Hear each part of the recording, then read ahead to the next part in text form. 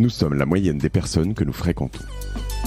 Avec Génération Do It Yourself, je vous propose de rencontrer ensemble des entrepreneurs, sportifs ou artistes qui vont littéralement faire exploser notre moyenne.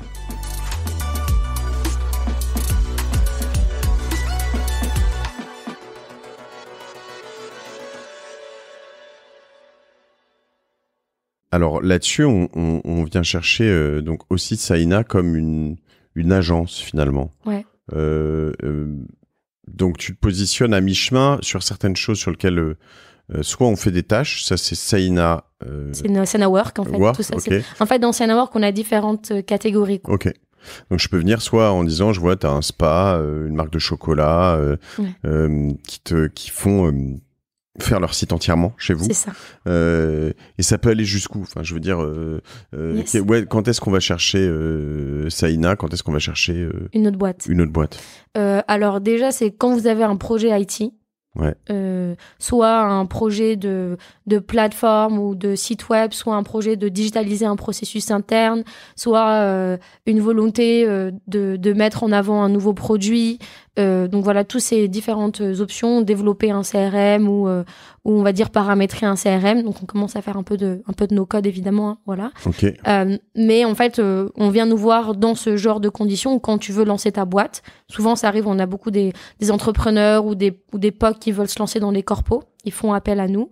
Et donc là, on les accompagne sur ce Product Discovery. Donc pour te donner un exemple, l'un de nos plus gros projets qu'on est en train de déployer, c'est Momentum. C'est une église à Bordeaux qui a, je crois, 30 000 membres et qui, coucou à eux, qui étaient sur 5 applications différentes et qui avaient besoin d'être dans une seule application. Donc en fait, on les a accompagnés là-dessus avec les différents parties prenantes, donc les bénévoles, le staff interne, les membres de l'église, etc. Donc c'est vraiment le genre de projet, c'est l'un des projets les plus complexes qu'on ait fait jusqu'ici.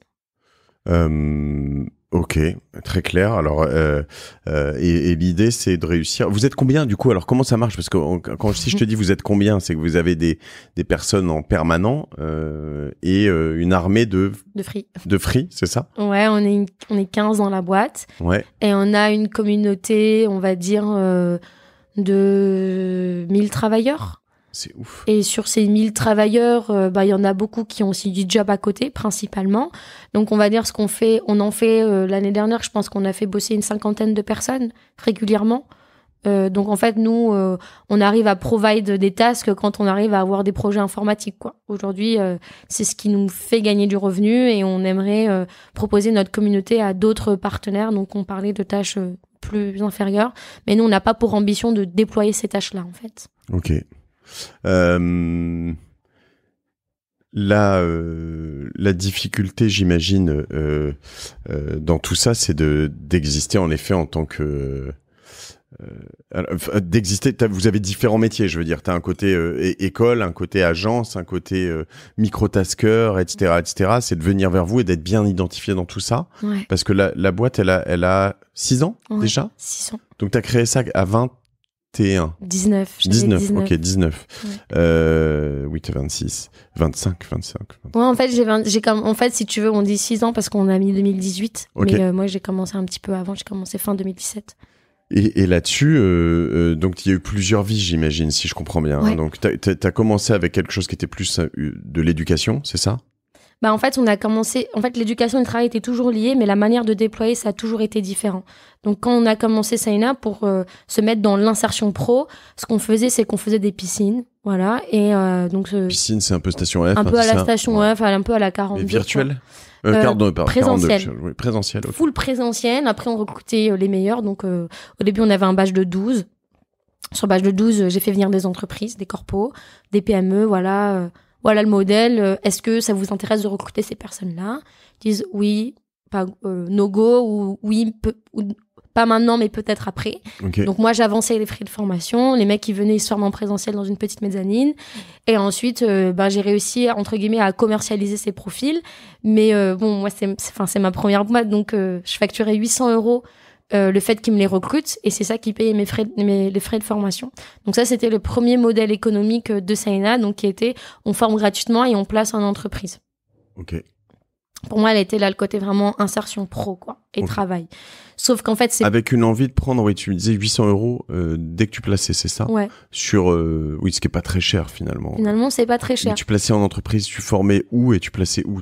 À Mada. C'était que full Mada. On était en présentiel à Mada. Oui, donc 800 € à Mada pour placer, c'est cher. En fait, justement, c'était là tout le sujet. C'est à la fois cher, à la fois c'est pas cher. Donc on a avancé et en fait quand on a commencé à passer à 40 apprenants par promo, là c'était un peu chaud. C'était un peu chaud parce que tu te rends compte que les entreprises jouent pas toujours le jeu, malheureusement. Tu te rends compte que les mecs qui te disent en face de toi, ah mais tes gars ils sont pas suffisamment bons, ça répond pas à mon besoin. 3 mois après tu vois que le mec est recruté chez eux sur LinkedIn. Donc voilà, donc moi j'ai perdu de l'argent aussi là-dessus. C'est ça, chercher son modèle éco. C'était quoi l'argent? Ça venait d'où? En fait, quand moi j'ai commencé, en janvier 2018, j'ai commencé par une campagne de crowdfunding. Moi, j'avais pas d'argent. J'avais fait des petits jobs étudiants. T'étais à Paris, là? J'étais à Paris. Okay. J'étais à la Sorbonne en Sciences Po. Okay. Donc, je venais de finir ma première année. J'avais commencé ma deuxième année.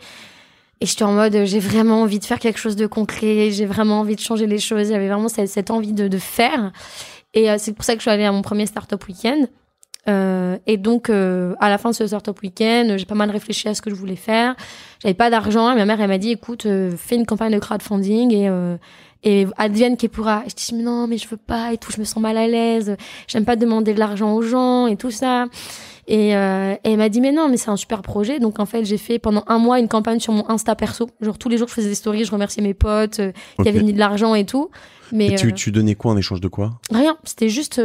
Financez-moi. Ouais, financez-moi. Donc, il y a des potes, ils ont mis 20 €, d'autres 25. Ma sœur, elle a mis 300. Moi, j'ai mis aussi de l'argent. Et en fait, on devait lever 4 000. On est arrivé à 5 000.